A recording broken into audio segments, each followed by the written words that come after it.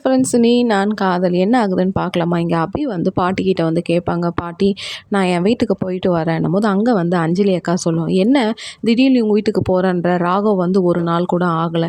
இல்லைக்கா எனக்கு என்னவோ எங்கள் அம்மா அப்பா கூட போய் இருக்கணும்னு தோணுது.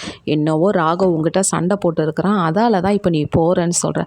அப்படியெல்லாம் ஒன்றும் இல்லைக்கா, என் மனசுக்கு ஏதோ அங்கே போய் இருக்கணும்னு தோணுது.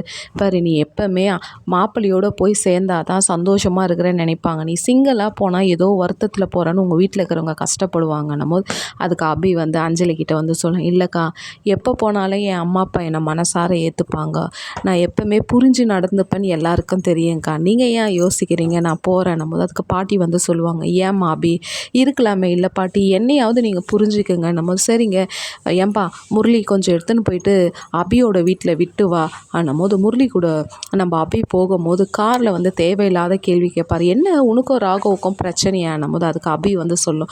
கணவன் மனைவி நல்ல கணவன் மனைவியாக இருந்தால் நிறைய பிரச்சனை வரும், அந்த பிரச்சனையிலையும் வந்து 2 பேர் புரிதலாக இருக்கிறாங்க பார்த்தியா, அதுதான் கணவன் மனைவி. அண்ணா நீங்கள் கூட என் மனசுக்கு என்னவோ என் கூட பிறந்த அண்ணன் மாதிரியே இருக்கிறீங்க. நான் தான் உன் அண்ணனான்ட்டு முரளி வந்து சரியாக